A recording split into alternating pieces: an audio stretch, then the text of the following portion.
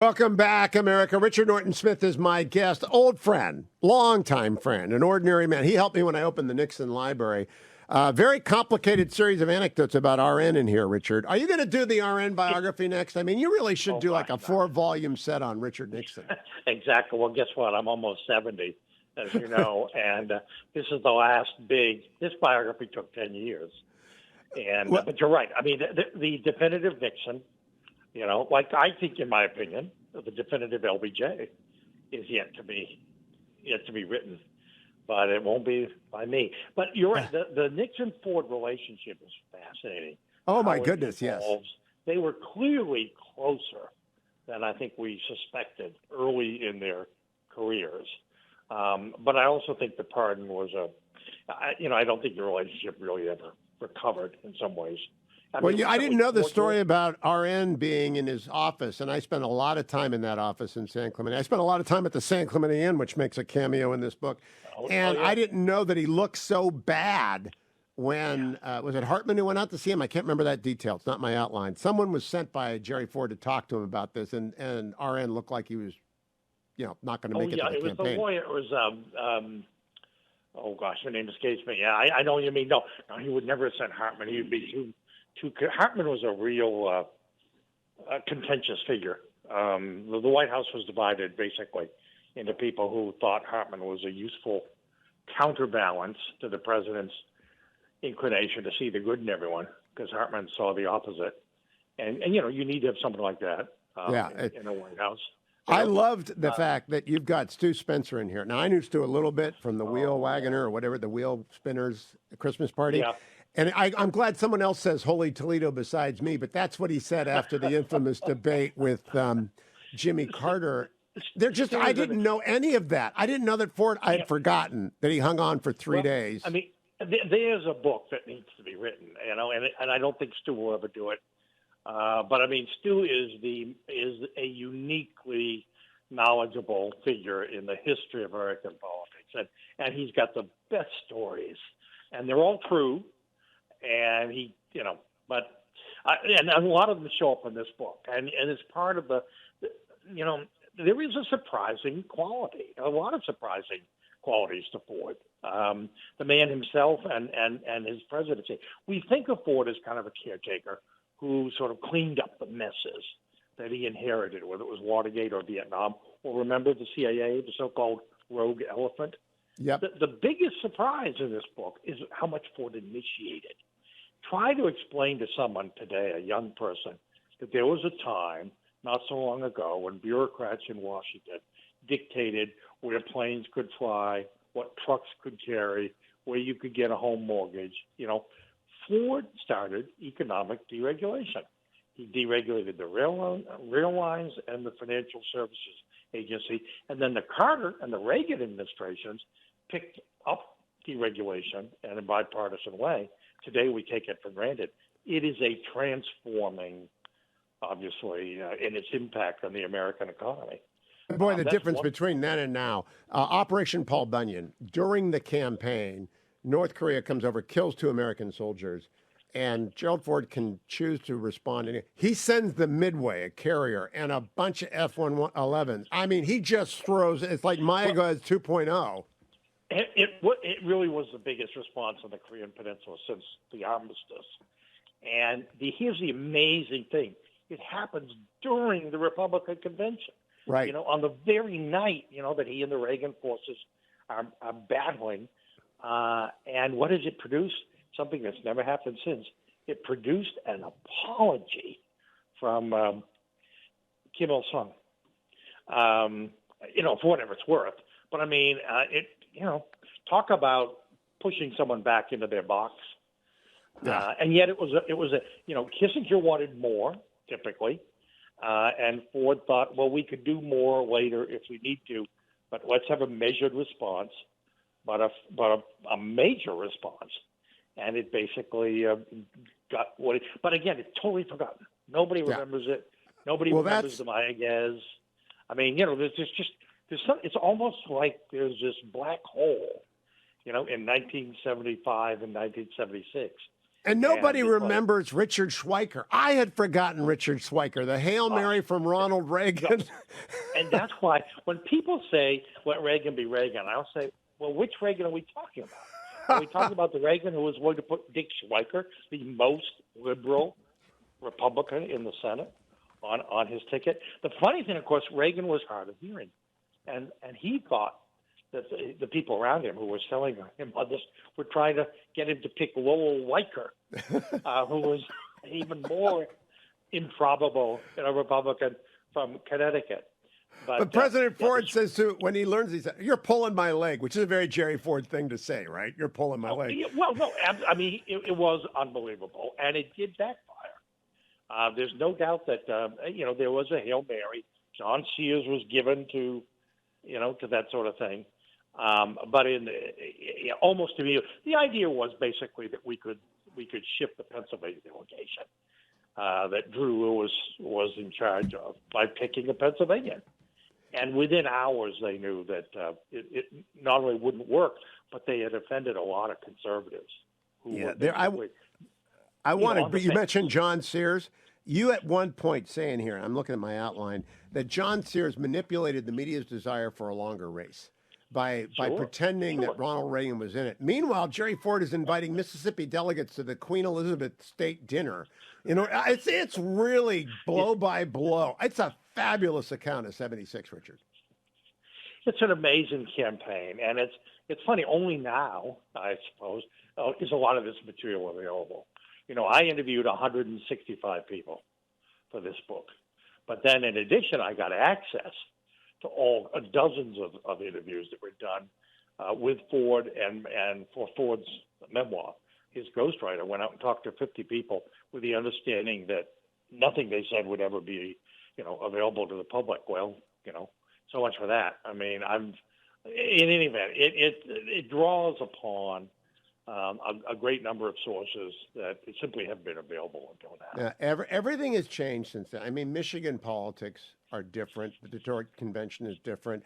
The way that we treat addiction is different because of Betty Ford. And that's a riveting and heartbreaking scene. The intervention, and any family ready to do an intervention might profit by reading An Ordinary Man, because Jerry and the kids have to go and they have to do it the old-fashioned way. And as someone says, heroin addicts at least got some time to warm up to it. Kicking the presidency was really tough. And on top of kicking the presidency, he has to help Betty Ford off of drugs and barbiturates. And it's and alcohol. It's just a racking. There's a lot more drama in this. That's the thing that surprised me. I mean, I thought I knew him pretty well. He honored me, asking me to deliver the final eulogy at his funeral in Grand Rapids. But I'm telling you, I learned a whole lot of things that I didn't know, and I suspect probably a few of them he probably didn't intend for me to know. Well, I didn't know he would throw his glasses at the University of Michigan game. And, for the last few years of his life, Ohio State was always stomping on the Wolverines. So he said the one thing he inherited from his birth father was a temper. And a friend of mine, he described him as 98% teddy bear and 2% grizzly. Yeah. But you never knew when the 2% was going to emerge. He spent a lifetime, like Dwight Eisenhower, controlling his temper. Yeah. I told my wife last night, Richard, as I was preparing for this, I said, the funniest story in here, I don't know if I'll tell it, but I'll tell it now. I don't know how to eat a tamale either, because I'm from Ohio. We don't have tamales in Ohio. So tell that story, because I think I'd forgotten it, and it's hilarious. Yeah. Well, first of all, there was a mistake. I mean, Ford should have realized, remember, it was the Panama Canal Treaty time. Yes. Reagan was really riding a crest, and Texas was made for Reagan, and it was a Democratic crossover state, so all the Wallace voters, had the option of voting for Reagan. And Stu Spencer said, biggest mistake he ever made. He poured something like $300,000, into a Texas primary. Well, it was also Ford. This is classic Ford.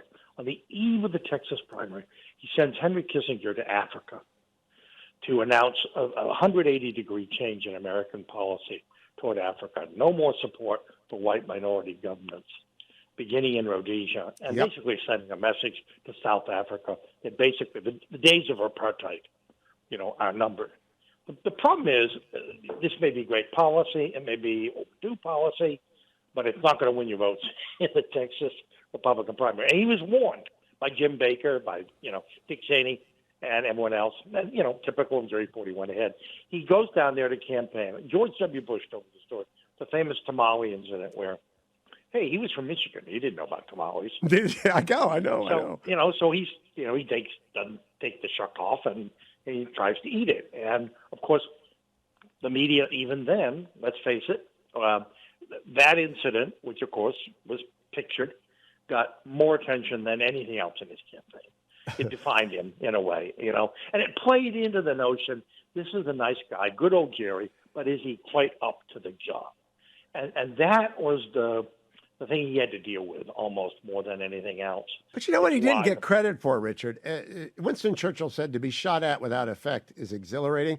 He was shot at by Squeaky Fromm, Sarah Jane Moore, and when the golf ball hits his retirement office in Rancho Mirage, he dives for the floor. So honestly, I didn't know that. This is riveting. I didn't know about Oliver Sippel's tragic end either.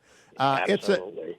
So you spent 10 years because there's a lot to research here. There's a lot more than I thought there was. And, it was like, you go down one cul-de-sac and discover it led to another. And I never felt lost, but I did feel like I was on I thought long and hard, Hugh, because, I was reasonably close to him, whether I knew I could be objective. I knew that. But whether, readers would accept me as objective. And I had lunch with David McCullough, who said, write what you know. And the irony, of course, is that meant I spent 10 years discovering all the things I didn't know. Oh, yeah. And by the way, I don't know how you found out some of this. The presidential chair comes up at least twice in here. Once, when Jerry Ford is first president, he sits on the sofa. Now, I've been in the Oval with presidents a few times, and you never the president never sits on the sofa. He sits in the presidential chair, and you can arrange yourself on the right or the left, and in the sofa or the chair adjacent, and you do. But he sits on the sofa with guests until Ronald Reagan is president, and he gives the presidential chair to Jerry Ford. What a detail, Richard. But see, Ford was a congressman. Critical to understanding the Ford presidency, he had to, in some ways, unlearn leadership as defined on Capitol Hill and learn to be an executive. They're two completely different functions. And yet, at the same time, the personal qualities that he had developed on the Hill were the qualities that allowed him to establish lifelong relationships with world leaders. People, Giscard and Jim Callahan, people with whom you would not, Pierre Trudeau, who you would not believe had a close association. But long after he left office, these people used to get together every year out in Vail. So it was, in some ways, the best of the Congress. Well, there is a parallel with what we're going through right now. I mean, you've got a president who basically is a product of Capitol Hill, who's not going to set anyone afire with his rhetoric, but who, because of all those years on Capitol Hill, he knows what buttons to push. He knows how to win South Carolina with James Clyburn. You bet. Well, and the thing is, it probably will look better 30 or 40 years from now than it does at the time. But let me go to when you read a book like this to interview an author, I write down the notes of things that I know nobody knows, and I want them to know about it because I didn't know it. In 1950, his first term representing Michigan's 5th District, a young Jerry Ford's car is stolen from a downtown Grand Rapids parking lot, and they find the kid. Take it from there. I just think this is so Ford. Well, it is so Ford, and in some ways, it's a forerunner of a much larger act of forgiveness, for which he is well known. Anyway, this kid, it's 1950, and it's frankly, he's campaigning for re-election, and they find out this kid sort of went on a joyride. He was about to enroll in the military, and I guess he just invited some friends, and they probably had a few drinks and went out on the town. Anyway, they found the kid, they found the car. Ford didn't press charges. Not only did he not press charges, he said, he didn't want to be responsible for preventing a young man from serving his country in uniform. Yeah. I just think that's a fabulous Ford anecdote. It's very revealing. It's those are the values that he was taught, and that in many ways he brought to the White House. Penultimate question before I go to the pardon, because people are waiting for the pardon, so I'm making them wait for the pardon. I want to talk about Mel Laird, because honest to goodness, Richard, I have never thought about Mel Laird other than he was a first-term SecDef, and I don't know him. Right. He's everywhere in this book, and I had no idea he was like king of Burning Tree and of Jerry Ford's presidency. He's everywhere. There's a great line. Actually, Bob Dole, who knew him very well, had a lot in common with him, said Mel Laird was the kind of guy who would put poison in the well and then ride down into town and promise to save everyone. He was the ultimate schemer, the ultimate leaker. I mean, probably there was no one in Washington in recent history who knew, again, which buttons to push. And he was, for example, he was insisting that he was insisting that Nixon pick Ford as vice president. Nixon wanted John Connally. Yes. Well, Connally couldn't get confirmed. Recent party switcher, all of that. And so, somewhat reluctantly, Nixon refers to Ford in a telephone conversation that I'm sure he never thought would be discovered as an honest Truman, which I don't think he meant as a particular compliment, although us listening to it today think that's a great compliment. Yeah, it's a great compliment, exactly. In any event, Ford was sort of foisted off on him, although they had a long, genuine, as much as you have in politics, a friendship. And for example, in 1962, when Nixon lost the governorship in California, ABC did this astonishing program called The Political Obituary of Richard Nixon, in which Alger Hiss, was on camera pronouncing the political demise. And the one Republican they could get to go on the show to A, defend Nixon, and B, insist that Nixon's political career was not over, was Jerry Ford. And Nixon appreciated that, genuinely appreciated that. So there was that. The story of the airplane ride to the Sadat funeral, I've known about that forever. I also didn't know that Brent Scowcroft thought it was awful for Nixon to go to China in '76. I thought the opposite was true. But there's just stuff throughout here. But let's go to the two parts of the pardon that people, I think, are so relevant to today. First, there's the Agnew option. I wrote about this for the Post, that if Jack Smith has a couple of indictments on the president in his hand, former President Trump, and goes down to Mar-a-Lago and says, I'm going to convict you and you're going to federal prison unless you agree to get out, the Agnew option looms. And that is detailed here, stuff I never knew. And I didn't know Jerry Ford knew about it 6 months earlier, and I didn't know about the specifics of the charge, and you detail all the corruption in Maryland and how Agnew took the briefcases of money, and then the pardon and how complicated it was to come up with. Would you review those two things for listeners?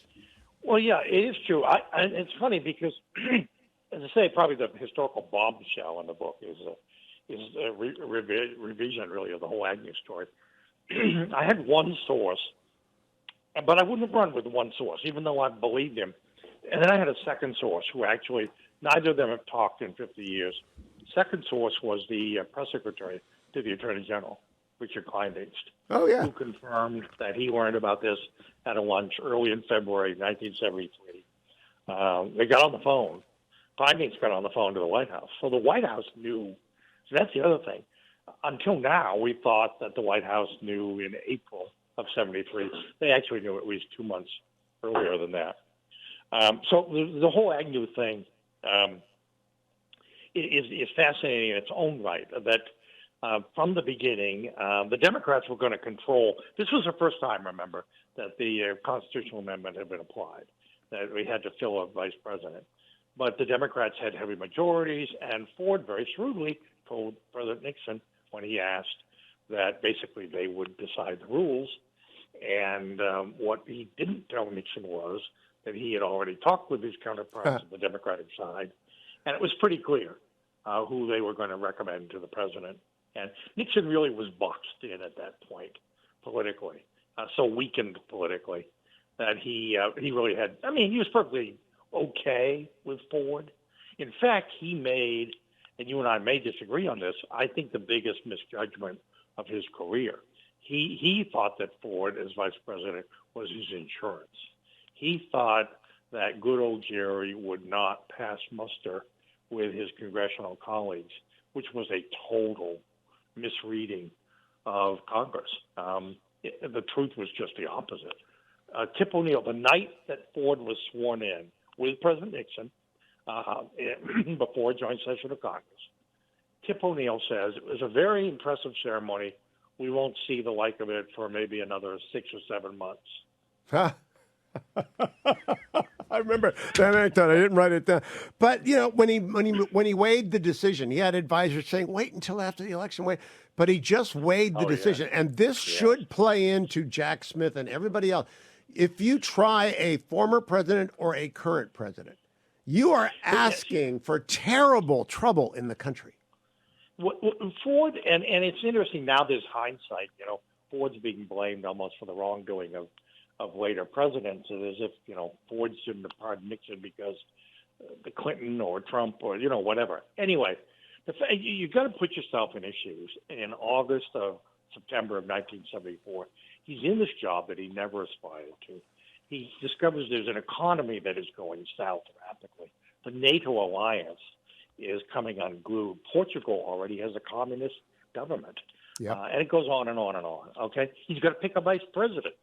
And he finds 25% of his time every day is being devoted to Richard Nixon's tapes, Richard Nixon's papers, Richard Nixon's legal prospects. For whatever it's worth, Ford believed personally that if the process was allowed to roll forward, that Nixon would be indicted and probably convicted on obstruction of justice charges. However, he had to weigh that against the obsession, the unhealthy obsession that the media and in many ways the country had on this unprecedented melodrama. And he wasn't trying to forgive Nixon so much with the pardon. He was trying to forget Nixon. He was trying to refocus the country's attention on the problems of the economy, et cetera, et cetera. And the only way he could do it was basically through a pardon. Now, there are lots of ways, there are lots of objections you could raise. There are some people who will object to the whole pardon morally. There are a lot of people who will object to it tactically. Why didn't he wait until after the midterm elections? I mean, I think that's a perfectly legitimate question. He didn't because you can call Ford naive, you know. Bob Hartman said, why now? Why, you know? And he said, well, the press will ask. He'd been to a press conference at the end of August. Well described. All they wanted to talk about was Nixon. Although it was only 8 out of 24 questions, right? Well, that's true. Ford remembered it as exactly. But he came out of that press conference saying, is this what it's going to be like for the next 2 years? Critical fact, not known. He had, through back channels, contacted the special prosecutor, Leon Jaworski, who told him it would be at least a year and maybe 2 years before there could be a trial. So Ford looks down the road. That consumes the rest of his presidency. Takes us, you know, and the country is obsessed. The best evidence that Ford could point to that he did the right thing, 25 years later, with the whole Monica Lewinsky business, we lost a whole year, during which we now know, at least there was talk in the White House that Clinton might have been willing to use his political capital to tackle entitlements, for example, because he wanted to be a near great president. All right? Well, that went out the window when his survival became dependent upon the left wing. Oh, my God. And impeachment consumed the Trump presidency. Impeachments destroy everything that they touch. Precisely. Yeah, I mean, absolutely. Whatever you think of the merits on the case, it's undeniably true that the country's attention is consumed.